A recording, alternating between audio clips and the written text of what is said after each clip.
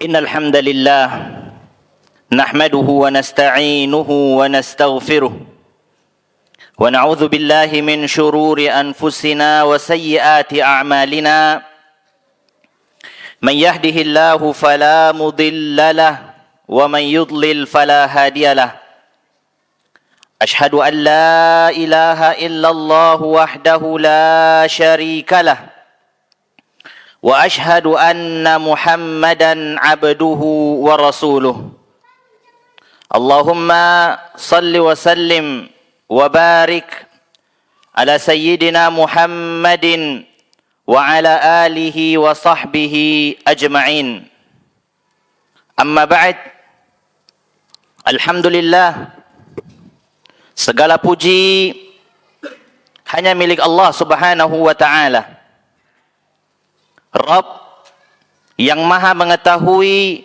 isi-isi dada kita. Allah Subhanahu wa Ta'ala merupakan Rabb yang senantiasa menutupi aib-aib kita di dunia ini. Yang kalau seandainya Allah Subhanahu wa Ta'ala membukakan aib-aib kita, yang kalau seandainya Allah Subhanahu wa Ta'ala membukakan dosa-dosa kita, niscaya tak ada satupun di antara kita yang berani duduk di majelis ini. Kemudian salawat beserta salam mudah-mudahan tercurahkan kepada Nabi kita yang mulia, Nabi Muhammad sallallahu alaihi wasallam. Mudah-mudahan salawat beserta salam juga Allah sampaikan kepada keluarga-keluarga beliau, kepada para sahabatnya, dan serta orang-orang yang berusaha berjalan di atas sunnahnya sampai hari kiamat kelak. Ahibati fillah, a'azzani Allah wa iyyakum jami'a. Para hadirin dan hadirat, ikhwah wal akhawat yang dirahmati Allah Subhanahu wa Ta'ala, serta seluruh pemirsa Najia TV yang dimuliakan Allah Subhanahu wa Ta'ala. InsyaAllah pada kesempatan kali ini kita tidak akan membahas kesalahan-kesalahan yang dilakukan oleh orang lain. Kita tidak akan membahas dosa-dosa yang dilakukan oleh orang lain. Akan tetapi mari sejenak kita berhenti dari aktivitas kita. Mari sejenak kita tundukkan diri kita. Mari kita jujur terhadap diri-diri kita sendiri. Karena seringkali di dalam kehidupan kita, terutama di awal-awal atau di masa-masa kita hijrah ini, terkadang kita merasa saya sudah berubah. Terkadang kita merasa, alhamdulillah saya sudah hijrah. Alhamdulillah saya sudah belajar agama. Saya sudah bertahun-tahun, sudah banyak saya belajar agama. Akan tetapi tanpa kita sadari, terkadang masih ada dosa-dosa di dalam diri kita yang selalu kita lakukan tapi kita anggap ringan. Akan tetapi masih ada kesalahan-kesalahan kita di masa lalu, bahkan masih terulang-ulang sampai hari ini, dan kita masih saja menunda-nunda untuk bertaubat kepada Allah Subhanahu wa Ta'ala. Maka dari itu, pada kesempatan kali ini, marilah sejenak kita bersama-sama merenungkan firman Allah Subhanahu wa Ta'ala di dalam surat Al-Hasyr. Allah Subhanahu wa Ta'ala berfirman di dalam surat Al-Hasyr ayat yang ke-18. Kata Allah Subhanahu wa Ta'ala, Ya ayyuhalladzina amanu attaqullah wal tanzur nafsum ma qaddamat lighad. Wattaqullaha innallaha khabirum bima ta'malun. Ya, kata Allah, hai orang-orang yang beriman, ittaqullah. Ya, bertakwalah kalian kepada Allah Subhanahu wa Ta'ala. Wal tanzur nafsum ma qaddamat lighad. Dan hendaklah masing-masing dari kalian, masing-masing diri kalian melihat dirinya masing-masing apa yang sudah kalian siapkan untuk hari esok kalian. Ya, kemudian Allah ulangi sekali lagi, wattaqullah. Ya, sekali lagi bertakwalah kalian kepada Allah. Innallaha khabirum bima ta'malun. Sesungguhnya Allah Subhanahu wa Ta'ala maha mengetahui apa yang kalian lakukan. Ya, kita perhatikan di dalam ayat ini, Allah Subhanahu wa ta'ala menyuruh kita untuk introspeksi diri kita masing-masing. Allah menyuruh kita untuk berkaca kepada diri kita masing-masing, apa yang sudah kita siapkan untuk menghadapi hari esok kita. Untuk menghadapi perjumpaan dengan Allah Subhanahu wa ta'ala yang dikatakan oleh Rasul sallallahu alaihi wasallam, tidak akan bisa kaki seseorang itu melangkah sedikit pun nanti sampai kita pertanggungjawabkan semua yang kita lakukan di atas dunia ini di hadapan Allah Subhanahu wa ta'ala.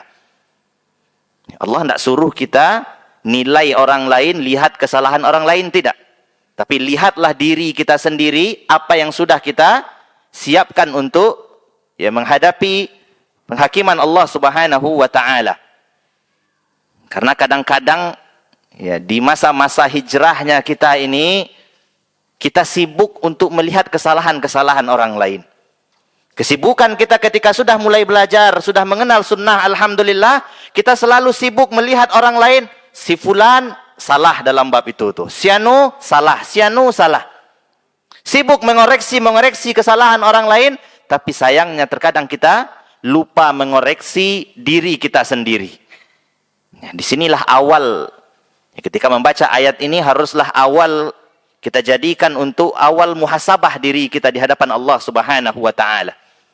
Tanyakan kepada diri kita, apakah kita termasuk orang-orang yang sadar terhadap dosa-dosa kita, atau termasuk orang-orang yang sibuk menilai dosa-dosa orang lain? Sudahkah kesibukan kita menghisap diri kita, atau kita justru sibuk menilai dosa-dosa orang lain?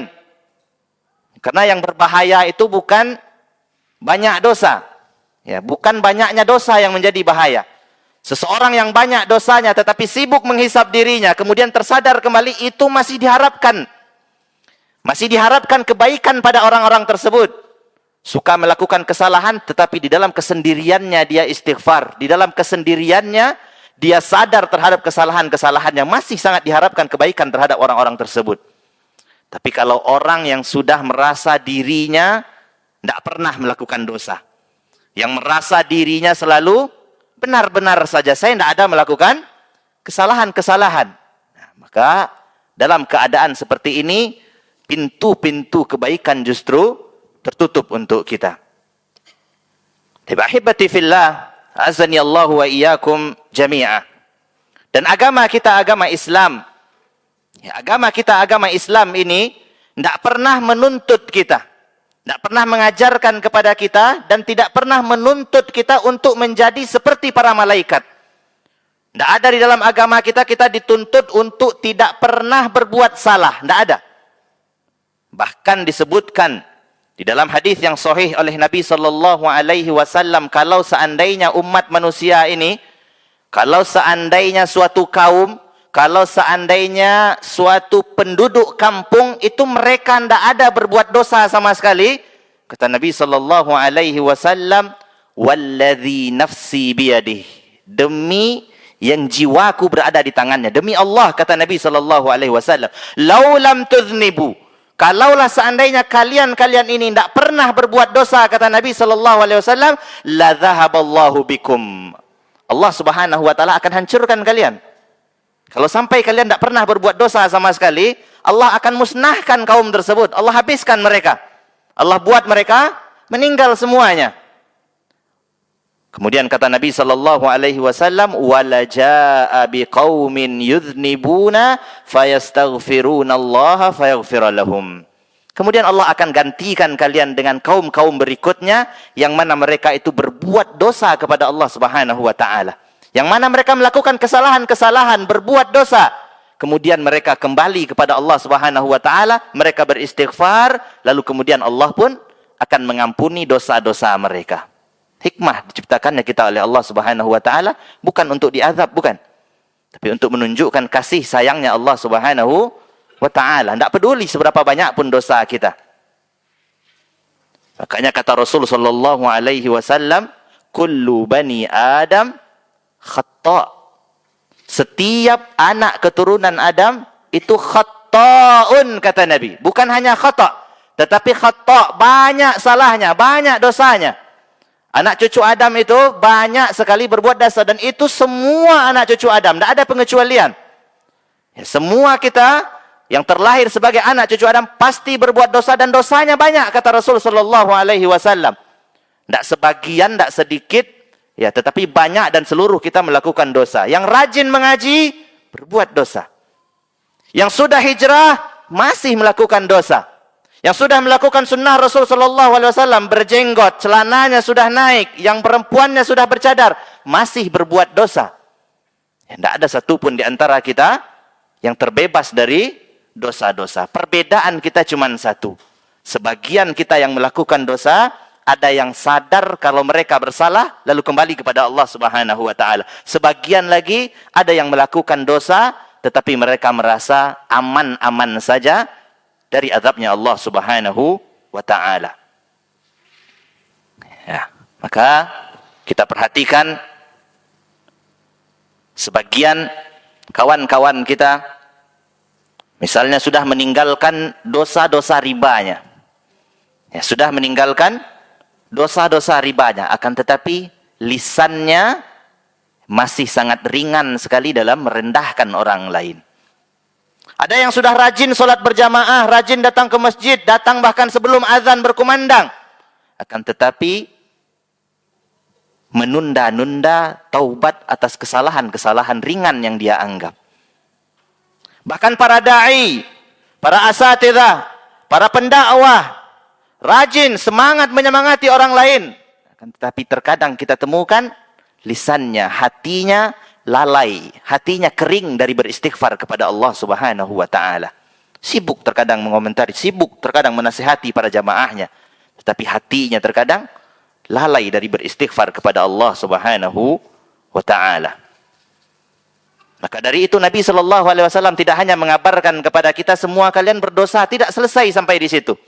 Nabi SAW ajarkan solusinya. Kata Nabi SAW, wa khairul khatta'ina at-tawwabun. Dan sebaik-baik orang yang berbuat salah dari kalian, sebaik-baik orang yang senantiasa melakukan kesalahan tersebut adalah orang-orang yang segera kembali kepada Allah Subhanahu wa Ta'ala.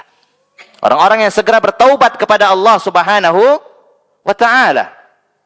Jadi ukuran baiknya kita di sisi Allah Subhanahu wa Ta'ala bukan siapa yang paling bersih, tidak pernah melakukan dosa, bukan. Tetapi ukurannya, patokannya adalah siapa yang paling cepat kembalinya kepada Allah ketika dia khilaf, ketika dia melakukan perbuatan-perbuatan dosa yang tidak diridhoi oleh Allah Subhanahu wa Ta'ala. Dosa. Dan dosa dijelaskan oleh para ulama, dosa adalah setiap perkara yang menyelisihi aturan-aturan syariat Islam. Setiap kali kita menyelisihi aturan yang diajarkan oleh di dalam agama kita, apakah itu dengan meninggalkan hal-hal yang diperintahkan atau melakukan hal-hal yang dilarang oleh Allah, maka semua ini termasuk ke dalam perbuatan dosa. Meninggalkan kewajiban, meninggalkan perintah dari Allah Subhanahu wa Ta'ala, dosa. Melakukan larangan-larangan Allah Subhanahu wa Ta'ala, dosa. Dan dosa-dosa ini, ya, dosa-dosa yang kita lakukan di kehidupan kita dibagi oleh Allah Subhanahu wa Ta'ala. Ada yang dosa-dosa tersebut dosanya besar nilainya, ada yang dosa-dosa kecil. Kata Allah Subhanahu wa Ta'ala di dalam surat An-Nisa, in tajtanibu kaba'ira ma tunhauna anhu nukaffir ankum sayyi'atikum. Ya, kata Allah Subhanahu wa Ta'ala, kalau kalian tinggalkan dosa-dosa besar yang kami larang kepada kalian, ya, ada dosa-dosa besar, ada dosa-dosa kecil. Selagi kalian meninggalkan dosa-dosa besar yang kami larang, maka kata Allah, nukaffir ankum sayyi'atikum, kami akan ampuni dosa-dosa kecil kalian. Mudah bagi Allah untuk mengampuni dosa-dosa kecil yang kita lakukan. Tapi syaratnya, jangan lakukan dosa-dosa yang besar. Dan apa yang akan kita dapatkan? Wa nudkhilkum mudkhalan karima. Dan kami akan tempatkan kalian di tempat yang mulia. Kami akan masukkan kalian ke dalam surga, kata Allah Subhanahu wa Ta'ala. Ya, dan dosa besar, dosa kecil, apa bedanya? Dijelaskan oleh para ulama kita, di antaranya Abu Abbas Al-Qurtubi menjelaskan, as-sahih insyaallah anna kulla dhanbin atlaqa asy-syar'u 'alaihi annahu kabirun aw 'azimun aw akhbara bi shiddatil 'iqabi 'alaihi aw 'allaqa 'alaihi haddan aw shaddada an-naqira 'alaihi wa ghalladhahu wa syahida bidzalika kitabullahi aw sunnatu aw ijma' fahuwa kabirah. Yang termasuk ke dalam dosa besar dijelaskan oleh Abul Abbas Al-Qurtubi as-sahih, pendapat yang benar insyaallah taala, anna kulla dzambin, setiap perbuatan dosa, atlaqa syar'u 'alaihi annahu kabirun aw 'azim, yang di dalam syariat kita disebutkan bahwa ini adalah dosa yang kabir atau azim. Baik di dalam Al-Quran ataupun dalam hadis Nabi disebutkan dosa ini azim, dosa ini kabir. Au akhbara bi syiddatil iqabi alaih. Atau kalian temukan di dalam Al-Quran atau di dalam hadis syiddatul iqabu alaih. Ada ancaman iqab untuk orang yang melakukannya. Au allaqa alaihi had. Atau dijanjikan had atas hukuman untuk orang yang melakukan dosa tersebut. Au syaddada nakir alaih. Atau bisa jadi dosa besar itu diingkari oleh Nabi sallallahu alaihi wasallam dengan sangat keras. Wa syahida bidzalika kitabullah au sunnatun au ijma'un. Atau dijelaskan secara rinci, disebutkan secara jelas di dalam Al-Qur'an ataupun di dalam sunnah ataupun secara ijma' bahwa ini adalah dosa besar. Ya, Imam Ahmad juga menyebutkan dosa besar, yang dimaksud dengan dosa besar adalah bima yujibu haddan fid dunya wa wa'idan fil akhirah. Yang dimaksud dengan dosa besar adalah ya dosa yang mengakibatkan seseorang akan mendapatkan hukuman khusus di dunia dan ancaman nanti di akhirat. Ya, hukuman-hukuman dunia seperti mencuri. Orang-orang yang mencuri akan dipotong tangannya, berarti mencuri termasuk dosa besar. Orang-orang yang berzina ya diancam dengan hukuman dunia. Kalau masih belum pernah menikah, hukumannya dicambuk 100 kali. Kalau sudah menikah, dirajam sampai mati. Berarti berzina termasuk dosa besar.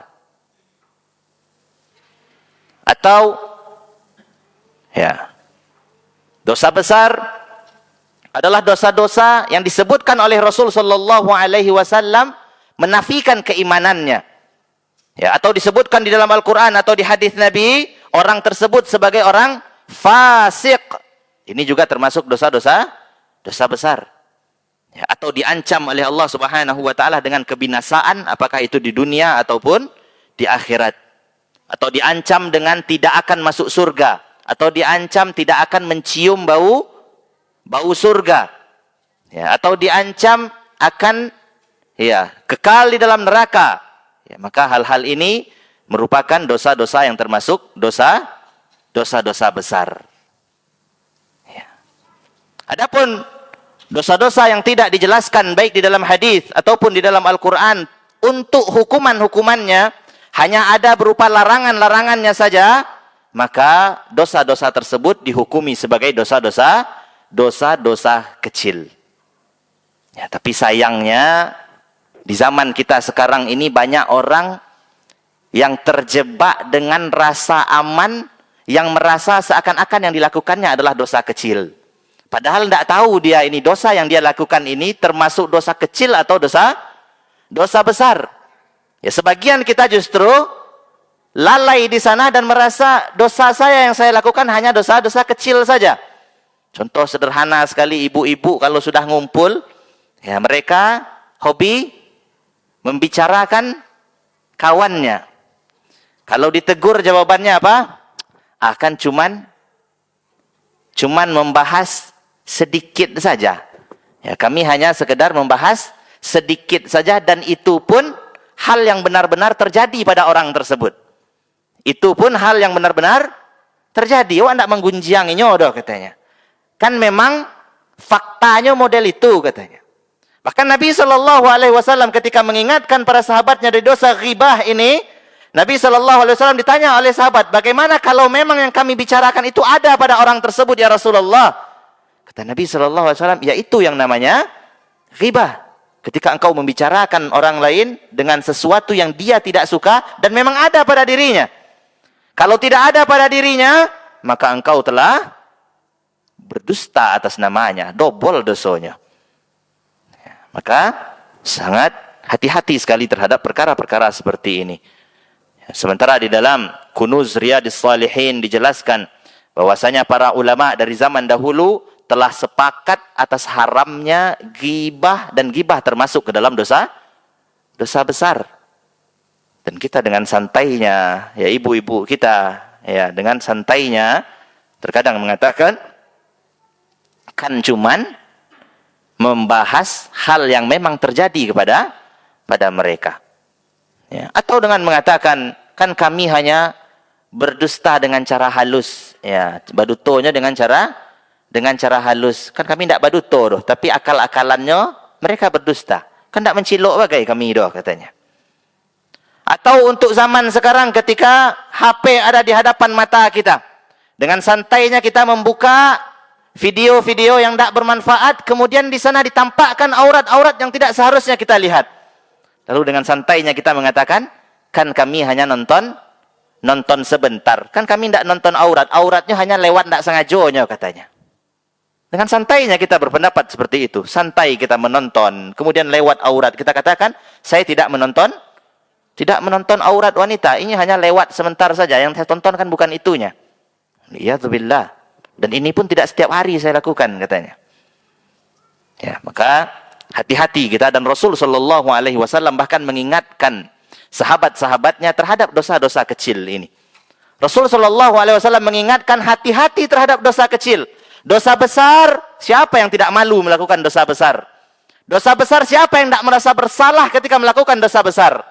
Tetapi dosa kecil, kata Nabi Shallallahu Alaihi Wasallam, iyyakum wa muhaqqaratudz dzunub. Jauhilah oleh kalian, hati-hatilah kalian terhadap muhaqqaratidz dzunub. Dosa-dosa yang kalian rasa itu hanya dosa kecil. Hati-hati kata Nabi terhadap dosa yang kalian anggap kecil, walaupun itu memang dosa kecil. Kemudian Nabi SAW memberikan permisalan terhadap dosa-dosa kecil itu. Kata Nabi SAW, kaqaumin nazalu fi batni wadin. Karena dosa-dosa kecil itu perumpamaannya seperti suatu kaum beramai-ramai, mereka turun, mereka singgah di sebuah lembah. Kemudian mereka ingin menyalakan api, tidak ada kayu. Kemudian kata Nabi SAW, faja'adha bi'udin, waja'adha bi'ud. Kemudian datang satu orang membawa ranting kecil. Kira-kira kalau kita melihat ranting kecil, orang kedinginan, angin awalnya. Mustahil, untuk apa ranting kecil kamu bawa ke sini? Tapi ranting-ranting kecil ini, ketika semua mereka membawa ranting, semuanya membawa ranting, dinyalakan api. Iddi juwu api tadi, kata Nabi SAW, hattan dajju khubzatahum. Sampai dengan ranting kecil tadi, masak juga roti mereka, kata Nabi SAW. Wa inna muhaqqaratidz dzunub mata ya'khudhu biha sahibuha tuhlikuhu. Dan begitu pun dosa-dosa kecil, kata Nabi. Dosa yang kalian anggap kecil, ketika kalian nyemplung ke dalam sana, ketika kalian melakukan dosa kecil tersebut, dipastikan kalian akan celaka dengan dosa kecil tersebut, kata Nabi SAW. Dosa-dosa kecil yang kita lakukan setiap hari, yang kita tidak merasa kita melakukan dosa, hanya seperti ini, dipastikan oleh Nabi SAW, mata ya'khudhu biha sahibuha tuhlikhu. Maka pasti dosa kecil tersebut akan membuat kalian binasa, kata Nabi SAW. Ya, maka ketika kita sudah meremehkan dosa-dosa kecil yang kita lakukan, ketika kita sudah tidak menganggap dosa-dosa kecil dan selalu kita ulang-ulang melakukannya, maka hati-hatilah, inilah yang akan membunuh iman kita secara pelan-pelan. Dan syaitan, laknatullah alaih, selalu akan menggoda kita agar tergelincir di dalam dosa-dosa seperti ini. Dijelaskan oleh Ibnul Qayyim di dalam kitabnya Bada'iul Fawaid. Ya, Ibnul Qayyim menjelaskan di antara langkah-langkah syaitan yang dilakukan oleh syaitan untuk menggelincirkan manusia dari kebenaran, agar membuat manusia ini tersesat, setidaknya ada 6 langkah, kata Ibnul Qayyim. Ya, ada 6 langkah yang dilakukan oleh syaitan untuk menjerumuskan manusia menjadi orang-orang yang tersesat, yang keluar dari jalur-jalur kebenaran. Yang pertama, kata Ibnul Qayyim, yang dilakukan oleh syaitan adalah mengajak manusia untuk menjadi orang-orang yang kafir. Mengajak manusia untuk melakukan kesyirikan-kesyirikan. Mengajak manusia untuk menentang Allah dan menentang Rasul sallallahu alaihi wasallam. Ya, ini langkah pertama yang diusahakan oleh para syaitan. Godaan yang akan dilakukannya adalah bagaimana membuat kita berbuat kesyirikan. Bagaimana kita menjadi orang kafir. Bagaimana kita menentang Allah dan menentang Rasulullah sallallahu alaihi wasallam. Kalau berhasil dia, maka syaitan tersebut, ya, maka syaitan yang sudah berhasil menggoda orang tersebut, orang ini akan dijadikan walinya syaitan. Akan dijadikan tangan kanannya syaitan untuk menyesatkan orang lain. Kalau syaitan berhasil membuat kita menjadi kafir atau berbuat kesyirikan. Tapi bagaimana kalau orang ini dari kecilnya hidup di lingkungan yang sudah mengenal tauhid, yang sudah dari kecilnya mengenal agama Islam, alhamdulillah, dan itu rata-rata kita di Indonesia. Kita sudah mengenal agama Islam, tidak ada yang lahir dalam keadaan kafir, sedikit sekali. Maka syaitan akan pindah kepada langkah kedua, dia akan biarkan kita di dalam agama Islam, tapi dia akan menggoda kita untuk melakukan perbuatan-perbuatan bid'ah. Syaitan tidak akan menyuruh kita untuk melakukan dosa besar atau dosa kecil. Itu nanti. Syaitan lebih suka seseorang melakukan perbuatan-perbuatan bid'ah daripada seseorang melakukan dosa besar. Karena ketika seseorang melakukan dosa besar, di dalam hatinya pasti dia akan merasa bersalah. Tetapi ketika dia melakukan bid'ah, banyak sekali mudarat-mudarat yang bisa dicemarkan. Yang pertama, setidaknya kata Ibnul Qayyim rahimahullahu ta'ala, itu akan membahayakan agamanya sendiri. Kemudian yang kedua, dia akan membahayakan orang lain. Karena dengan bid'ahnya, terutama kalau dia adalah tokoh, dia adalah seorang ustadz, ketika dia melakukan bid'ah, jamaahnya akan ikut untuk melakukan bid'ah-bid'ah tersebut. Bahaya di dalam agama diri dia sendiri, dan bahaya untuk orang lain yang akan ikut-ikutan terjerumus dalam kebid'ahannya. Dosa besar ketika seseorang berzina, ketika seseorang mencuri. Tidak ada orang yang bilang, oh si Anu berzina, saya juga mau berzina. Tidak ada. Tetapi ketika bid'ah dilakukan, Ustadz Anu melakukan itu, maka saya akan melakukan hal yang sama. Kemudian bid'ah dicintai oleh syaitan daripada dosa-dosa lainnya, karena bid'ah secara tidak langsung dia sedang menentang ajaran Rasul sallallahu alaihi wasallam. Orang yang melakukan bid'ah di dalam agama ini sejatinya dia sedang menentang Rasulullah sallallahu alaihi wasallam. Dan syaitan tahu ketika dibisikkan kepada orang tersebut untuk menentang ajaran Rasul secara langsung, orang ini tidak mungkin bisa terpengaruh. Tidak mungkin mau. Tetapi ketika dilakukan bid'ah, justru dia merasa berada di atas kebenaran, dan sejatinya dia adalah sedang menentang ajaran Rasul sallallahu alaihi wasallam. Kemudian kata Ibnul Qayyim, langkah ketiga yang dilakukan oleh syaitan ketika dia gagal menjerumuskan seseorang pada dosa kesyirikan, kekufuran, gagal menjerumuskan seseorang pada perbuatan-perbuatan bid'ah, maka dia akan pindah pada langkah yang ketiga, ya, mengajak seseorang untuk melakukan dosa-dosa besar. Akan dipancing, ya, akan dipancing oleh syaitan untuk melakukan dosa-dosa besar, terutama seorang alim, terutama seorang ustadz. Akan berupaya syaitan untuk membuat dia terjerumus ke dalam dosa besar, sehingga nanti jamaah pun berpaling dari ustadz tersebut. Ketika kita memperhatikan seorang ustadz terjerumus ke dalam dosa, apa yang kita lakukan? Ustadz model itu. Akhirnya apa yang terjadi? Jamaah berhenti mengaji. Dan ini yang dilakukan oleh para syaitan. Kemudian kalau gagal lagi syaitan menjerumuskan seseorang pada dosa-dosa besar, dia akan pindah pada langkah yang keempat, menjerumuskan seseorang pada dosa-dosa kecil. Dia akan bisikkan di hati-hati kita, ini kan hanya dosa kecil saja, kan tidak dosa besar, tidak ada ancaman neraka. Bukankah Allah Subhanahu wa taala akan mengampuni dosa-dosa kecilmu? Kan ada nanti puasa 10 Muharram, kan ada nanti 9 Arafah. Dibisikkan hal-hal seperti itu. Lakukan dosa-dosa kecil, lakukan dosa-dosa kecil. Makanya diingatkan oleh Rasul sallallahu alaihi wasallam, hati-hati terhadap dosa-dosa kecil. Ya, karena ketika dosa kecil itu kita biarkan menumpuk di dalam diri kita, pasti kita akan menjadi orang yang binasa. Ya, Imam Al-Ghazali mengatakan, Dosa kecil ya, lama-lama bisa menjadi dosa besar disebabkan oleh beberapa perkara. Jadi antaranya yang pertama adalah ketika seseorang menganggap remeh dosa-dosa kecil yang selalu ia lakukan. Ketika kita melakukan dosa kecil dan kita menganggap remeh dosa tersebut dan kita mengulang-ulangi dosa tersebut, dosa ini akan bisa menjadi dosa besar di sisi Allah Subhanahu wa taala, dan ia terus-menerus melazimkan berbuat dosa-dosa yang ia anggap kecil tersebut.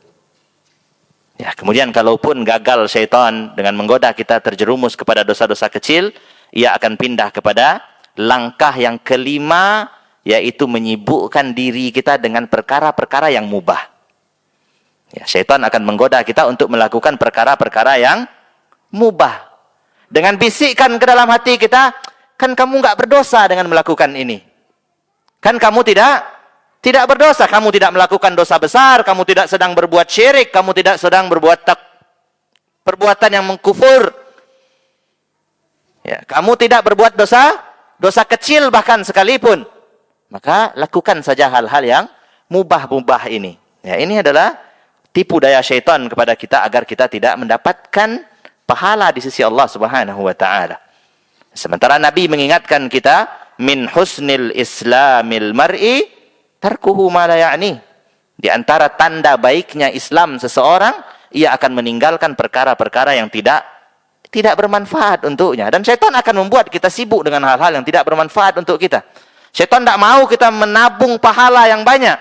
Syaitan akan membuat kita sibuk dengan hal-hal yang mubah, sehingga kita tidak melakukan ibadah kepada Allah Subhanahu wa ta'ala. Pak duduk di lapau main. Apa duduk di lapau saya taruh pak? Mengakar aja kok. Ambo tak baju di doh. Tak do taruhan doh. Cuma untuk galak-galak saja. Masa tak boleh? Naam, tidak berdosa, tetapi Anda tidak mendapatkan apa-apa di sisi Allah Subhanahu wa taala. Ya, kemudian kalau ini pun kita masih bisa untuk melawannya. Kalau untuk hal-hal yang mubah sendiri pun kita masih bisa melawannya. Kita tidak mau melakukan dosa, kita tidak mau melakukan hal-hal yang mubah. Syaitan akan datang kepada kita dengan langkah yang terakhir. Dia akan sibukkan diri kita untuk ibadah-ibadah yang kurang afdol dan menghambat-hambat kita untuk mengejar hal-hal yang afdol. Ibadah yang afdol. Daripada datang ke masjid, nyuajan apa-apa kau, solat tepat waktu. Capeklah ambil uduk solat di rumah langsung. Masjid long komat orang ledoh. Afdal. Betapa yang harus dia dapatkan pahala ketika dia melangkah ke masjid. Satu langkahnya mendapatkan satu kebaikan. Langkah berikutnya dihapuskan satu keburukan. Kemudian dia menunggu solat, dihitung sedang solat. Kemudian dia solat mendapatkan 27 kali lipat. Atau dalam hadis yang lain 25 kali lipat pahalanya. Syaitan tidak mau kita mendapatkan ini. Ketika dia lihat seseorang mulai rajin beribadah, dia akan bisikkan, wuduk lalai, solat di rumah. Tepat waktu solatnya. Tapi tidak diajak untuk ke masjid. Nah, ini 6 yang langkah yang dilakukan oleh syaitan. Ya, mudah-mudahan dengan mengetahui 6 ini kita tahu ya apa hal-hal prioritas yang harus kita lakukan di dalam hidup kita. Ya, tentu yang paling bawah tadi yang harus kita lawan adalah jangan sampai kita sibuk dengan ibadah yang kurang afdol, tetapi kejarlah ibadah-ibadah yang lebih afdol. Kemudian berikutnya, jangan sampai kita sibuk dengan hal-hal yang mubah. Kemudian jangan sampai kita terjerumus kepada dosa yang kecil. Kemudian jangan sampai kita terjerumus kepada dosa yang besar. Dan jangan sampai kita terjerumus ke dalam dosa-dosa bid'ah, apalagi yang paling besar dosa kesyirikan ataupun dosa-dosa kekufuran. Ya ahibati fillah, azani Allah wa iyyakum jami'a. Ya, maka ketika dosa-dosa kecil ini sudah dianggap sepele ya oleh masyarakat, ya, oleh diri kita terutama. Ketika kita sudah melihat dosa-dosa yang kita lakukan, kita lebih tahu terhadap diri kita daripada orang lain. Kita yang lebih tahu diri kita. Selain Allah Subhanahu wa taala, yang lebih tahu diri kita adalah kita. Ya, dosa-dosa yang kita lakukan dengan teman sebelah kita tentu saja berbeda. Ya, ketika kita sudah melihat pada diri kita, kita meremehkan dosa-dosa yang kita lakukan, maka hati-hati sekali lagi, itu bisa menyebabkan matinya hati kita. Allah Subhanahu wa taala katakan, Allah Subhanahu wa taala berfirman di dalam surat Al-Mutaffifin ayat yang ke-14.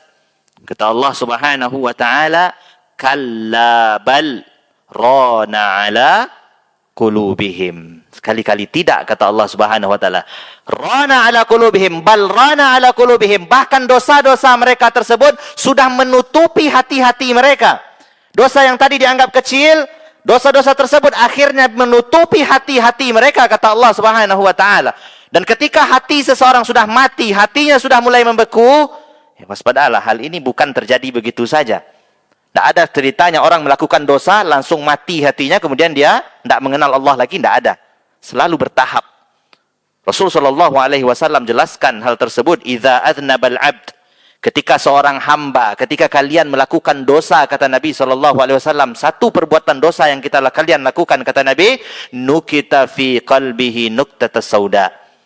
Ketika kalian melakukan satu buah dosa, kata Nabi, akan dititikkan satu buah titik hitam di dalam hati kalian.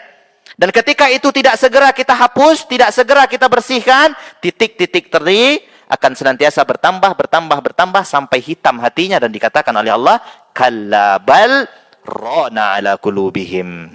Bahkan dosa-dosa itu telah menghitam, menutupi seluruh hatinya. Ya, makanya kita merasakan ketika kita melakukan suatu dosa, tidak ada bedanya dosa dengan ketaatan sama. Dosa dan ketaatan, dua-duanya sama. Pertama kali kita lakukan, pasti berat. Lihatlah ketika kita sudah mulai hijrah. Kemudian ada suatu dosa yang kita lakukan. Ketika pertama kali kita melakukan dosa tersebut, pasti langsung terasa berat di dalam dada kita. Pasti langsung terasa sempit di dalam dada kita. Bahkan ketika kita terbiasa sholat malam, ketika kita dalam sholat kita, ketika kita melakukan satu kali dosa, bisa menangis mata kita terhadap dosa satu yang kita lakukan tersebut. Tapi ketika kita lakukan yang kedua kalinya, yang ketiga kalinya, yang keempat kalinya, apa yang terjadi? Hal tersebut menjadi biasa di dalam hidup kita. Tidak ada lagi rasa bersalahnya. Lihat ketika pertama kali kita melakukan kemaksiatan, ketika kita sholat di dalam sujud, kita bisa menangis, teringat dosa. Kenapa saya lakukan dosa ini? Tapi lama-kelamaan, datar saja.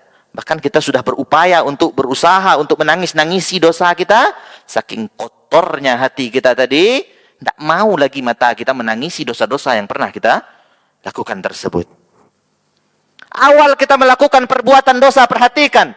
Ingat ketika pertama kali kita melakukan dosa, apa yang kita khawatirkan? Kita takut sekali kepada Allah Subhanahu wa taala. Bagaimana kalau Allah bongkar aib kita?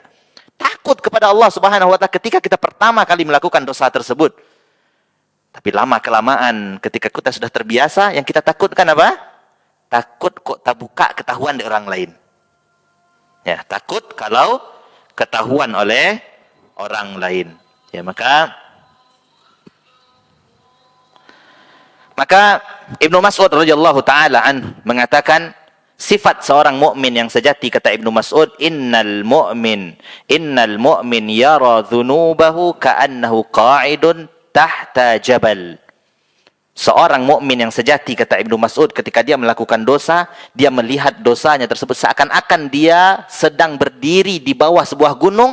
Dia khawatir gunung itu ditimpakan oleh Allah Subhanahu wa taala kepada dirinya disebabkan dosa yang dia lakukan. Sebaliknya, kata Ibnu Mas'ud, wa innal fajir, ataupun orang-orang fajir, orang-orang ahli maksiat yang sudah ahli dalam berbuat maksiat, yara dzunubahu kadubabi marra ala anfi. Dia melihat dosanya seakan-akan seekor lalat yang hinggap di hidungnya. Apa yang dilakukannya? Seakan-akan ketika melihat dosa, hilang dosanya. Seorang mukmin sejati senantiasa khawatir terhadap azab Allah Subhanahu wa taala yang akan Allah turunkan ketika dia bermaksiat. Adapun ahli maksiat, dia akan melihat dosa-dosa yang dia lakukan seperti seekor lalat yang dengan dia satu kali kebasan tangannya seakan-akan dosanya bisa terlewat begitu saja. Kita azan terlebih dahulu, kemudian kita lanjutkan insyaallah pembahasan kita. Baik, alhamdulillahilladzi hadana li hadza wa kunna linahtadiya laula an hadanallah. Amma ba'd. Ikhwah wal akhwat yang dirahmati Allah Subhanahu wa taala dan pemirsa Najia TV yang dimuliakan Allah Subhanahu wa taala. Kalau hati kita Kalau hati kita tadi sudah rusak, maka jangan heran kalau seluruh hidup kita yang kita jalani itu pun akan menjadi berantakan. Kalau hati kita sudah terkotori dengan noda-noda dosa, kalau hati kita sudah tertutupi oleh dosa-dosa yang kita anggap selalu kecil, jangan heran ketika hidup kita pun semuanya akan menjadi rusak. Ya, karena dosa yang kita lakukan tidak berhenti sampai di hati kita saja.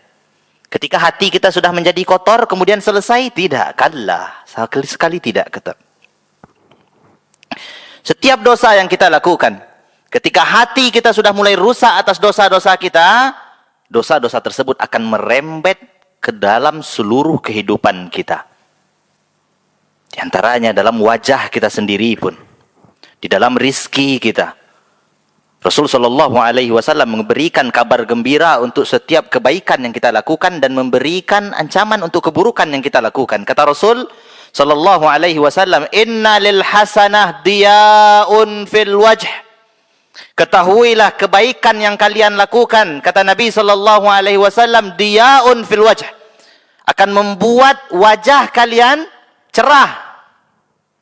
Wa quwwatun fil badan, kata Nabi. Kemudian dengan kalian melakukan kebaikan, kata Nabi, itu akan mendatangkan kekuatan pada fisik kalian. Wa sa'atun fil rizq. Dan kebaikan yang kalian lakukan, kata Nabi, akan membuat rezeki kalian terasa lapang, kata Nabi sallallahu alaihi wasallam. Dan begitu pun sebaliknya, kata Rasul sallallahu alaihi wasallam, wa inna lis-sayyi'ah sawadan fil wajh. Begitupun keburukan-keburukan yang kalian lakukan, kata Nabi sallallahu alaihi wasallam, akan mendatangkan aura gelap pada wajah kalian. Wa wahnan fil badan, dan akan mendatangkan penyakit-penyakit pada diri kalian. Kalaulah mulai banyak penyakit-penyakit kita, kalau wajah lah rasul tidak segar, ya, maka hati-hati, bisa jadi ini efek keburukan-keburukan yang senantiasa selalu kita lakukan di kehidupan kita. Wadaikan fil rizq, kata Nabi. Dan keburukan yang kalian lakukan itu akan berefek kepada rezeki kalian, akan disempitkan oleh Allah subhanahu wa ta'ala. Ini yang terjadi dalam kehidupan kita saja. Wajah akan tampak lebih gelap, badan akan sakit-sakitan, kemudian rezeki akan terasa lebih susah. Bagaimana efeknya terhadap ibadah? Dijelaskan oleh Ibnul Qayyim rahimahullahu ta'ala. Dalam kitab Al-Jawabul Kafi, kata Ibnul Qayyim, "Adz-dzunubu tujibu wahsyatan bainal 'abdi wa rabbih." Dosa-dosa yang kalian lakukan, kata Ibnul Qayyim rahimahullahu taala, itu akan menyebabkan kalian menjadi asing dengan Allah Subhanahu wa taala. Maka jangan heran ahli maksiat ketika disuruh datang ke masjid mengatakan, "Ndak nyaman hati wak kasih tu do."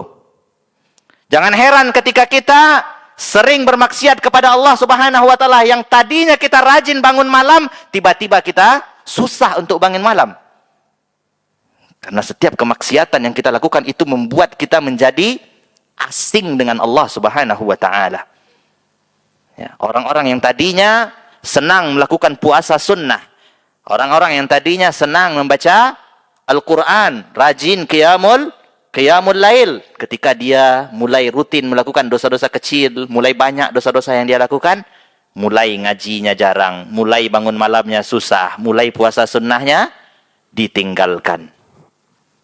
Yang rajin tadinya menuntut ilmu, yang tadinya penuntut ilmu di kampusnya, Masya Allah semangatnya. Kalau memang di kampus Islam, alhamdulillah di kampusnya. Yang di kampus negeri sekalipun, berangkat jauh-jauh untuk belajar menuntut ilmu.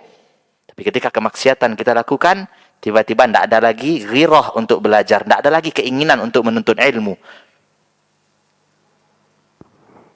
Ketika melakukan kesalahan, dulu dinasehati, taraso nasihatnya di dado. Oh iya, saya salah. Ketika itu sudah mulai rutin kita lakukan, kemaksiatan itu rutin kita lakukan, maka hati-hati, nasihat pun terkadang sudah tak mau lagi masuk ke dalam hati kita. Bahkan cenderung terkadang ketika maksiat itu sudah mendarah daging, dinasehati oleh orang lain, uruslah diri wak surang-surang, jangan urus lo dosuam boleh. Ya, maka hati-hati ketika dosa sudah menutupi hati-hati kita. Ya, ketika dosa-dosa yang kita anggap kecil sudah menutupi hati-hati kita tersebut, hati-hati ya hati-hati kalau kita tidak segera membersihkannya, maka kita akan tenggelam dalam keadaan-keadaan yang tidak nyaman tersebut. Dan yang lebih parah lagi,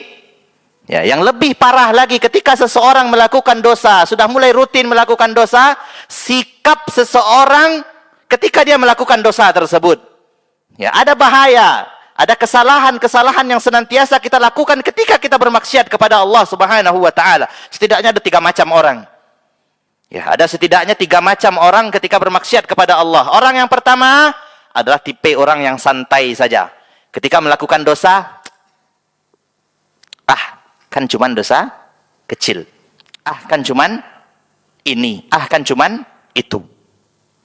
Tipe orang kedua, orang yang tahu ini melakukan dosa, dia sadar dosa dia lakukan, tapi beko silah tobatnya. Biarlah berdosa kini dulu, nanti insyaAllah ambo akan taubat. Nanti. Ya, tipe orang yang suka menunda-nunda taubatnya. Ketika ditanya dia tahu berdosa, dia sadar dia berdosa, tetapi maunya taubatnya nanti. Ya, kok kadang penyakit seperti ini terkadang menjangkit kita yang sudah belajar. Kita tahu ini dosa. Ya, kemudian kita lakukan dulu, dan kita juga tahu Allah Subhanahu wa taala Maha mengampuni dosa. Allah kan Maha Pengampun. Dosa dulu, nanti saya tobat lagi. Ya, ini tipe orang yang kedua. Dan tipe orang yang ketiga adalah tipe orang yang Masya Allah menyesali dosanya. Tipe orang yang menyesali dosanya akan tetapi terlalu berlebihan sehingga membuat dia berputus asa dari rahmatnya Allah Subhanahu wa taala. Ketika diajak untuk ke masjid, saya tidak layak untuk masuk ke masjid. Dosa saya terlalu besar. Mustahil Allah akan ampuni saya. Kalian rajin solat. Ambo solat jarang-jarang. Tidak layak ambo ikut duduk di dalam majelis ilmu. Orang yang putus asa terhadap rahmat Allah Subhanahu wa taala. Dan ini semuanya sama-sama berbahaya. Orang-orang yang selalu merasa aman, bahaya. Orang-orang yang putus asa, itu pun berbahaya. Ya, maka nasihat kita untuk orang-orang yang berputus asa, yang sudah terlanjur banyak sekali dosa yang dilakukannya. Ingatlah firman Allah Subhanahu wa taala di dalam surat Az-Zumar ayat 53, "Qul ya ibadiyalladzina asrafu ala anfusihim la taqnatu min rahmatillah." Katakanlah, kata Allah Subhanahu wa taala, wahai hamba-hambaku yang melampaui batas terhadap diri mereka sendiri, yang sudah melampaui batas terhadap dosa-dosa yang mereka lakukan. La taqnatu min rahmatillah. Jangan pernah kalian berputus asa dari rahmat Allah Subhanahu wa taala. Allah akan ampuni sebesar apapun dosa kalian. Allah Maha Pengampun. Maka solusinya adalah segera kembali kepada Allah Subhanahu wa taala.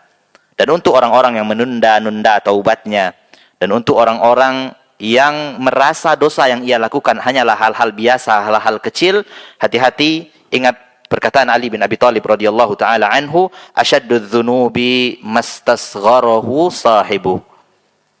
Sebesar-besar dosa, kata Ali bin Abi Thalib radhiyallahu taala an, dosa yang paling besar adalah dosa yang diremehkan oleh pelakunya. Hati-hati, ketika kita mulai meremehkan dosa, justru itu dapat bernilai besar di sisi Allah Subhanahu wa taala. Jangan pernah kita merasa aman dengan mengatakan, alhamdulillah kami kula ngaji Ustaz, rutin. Seminggu 3 kali ngaji, sampai kali loh ya Ustaz. Kemudian nonton YouTube kajian loh Ustaz. Alhamdulillah kami lah mengenal sunnah Ustaz, insyaallah kami aman. Tidak ada di antara kita yang aman dari perbuatan dosa. Maka jalan keluar untuk kita-kita yang berdosa, dan karena memang semua kita berdosa, satu-satunya jalan keluar adalah firman Allah Subhanahu wa taala di dalam surat An-Nur, "Wa tubu ilallahi jami'a ayyuhal mu'minun la'allakum tuflihun." Tubu ilallahi jami'a. Segeralah kalian bertaubat, kembalilah kalian kepada Allah Subhanahu wa taala jami'an ayyuhal mu'minun, wahai orang-orang yang mukmin, la'allakum tuflihun, agar kalian menjadi orang-orang yang beruntung. Tentu saja dengan memperhatikan syarat-syarat taubat, yaitu dengan menyesali dosa yang kita lakukan dan segera meninggalkan dosa tersebut dan berjanji untuk tidak akan pernah mengulangi dosa tersebut kembali. Dan apabila dosa yang kita lakukan terkait dengan hak-hak manusia, maka hendaklah kita segera kembalikan hak tersebut. Karena setiap dosa yang kita lakukan masih ada harapan untuk diampuni oleh Allah Subhanahu wa taala, kecuali dosa-dosa kita yang berkaitan dengan hak-hak manusia. Bagaimanapun kita bertaubat, kalau dosanya berkaitan dengan hak manusia, maka hal tersebut tidak akan pernah selesai. Hasan al-Basri mengatakan, Hasan al-Basri rahimahullahu taala mengatakan, al-mu'min asiru dzambih. Seorang mukmin itu merupakan tawanan. Seorang mukmin itu akan senantiasa terbelenggu dengan dosa-dosa yang ia lakukan. Kalau kita tidak mau terbelenggu, kalau kita tidak mau terikat, kalau kita tidak mau terasa sempit kehidupan kita seperti itu saja, maka tinggalkan maksiat tersebut untuk lepas dari belenggu dosa tersebut. Kemudian terakhir, ya mari setelah kita pulang dari kajian kita malam hari ini nantinya, ya mari kita segera ya istighfar di lisan kita, bertaubat kepada Allah Subhanahu wa taala dalam hati kita, lalu kemudian mari kita lakukan perubahan-perubahan di dalam hidup kita. Mana yang baik yang sudah kita lakukan, alhamdulillah pertahankan, dan dosa-dosa yang kita ketahui yang selalu kita lakukan, mari kita upayakan untuk meninggalkannya. Sekian yang bisa kita sampaikan. Wallahu taala a'lam, wa sallallahu ala nabiyyina Muhammadin wa ala alihi wa ashabihi wa ala alihi wasallam. Subhanakallahumma bihamdika asyhadu an la ilaha illa anta astaghfiruka wa atubu ilaik. Wassalamu alaikum warahmatullahi wabarakatuh.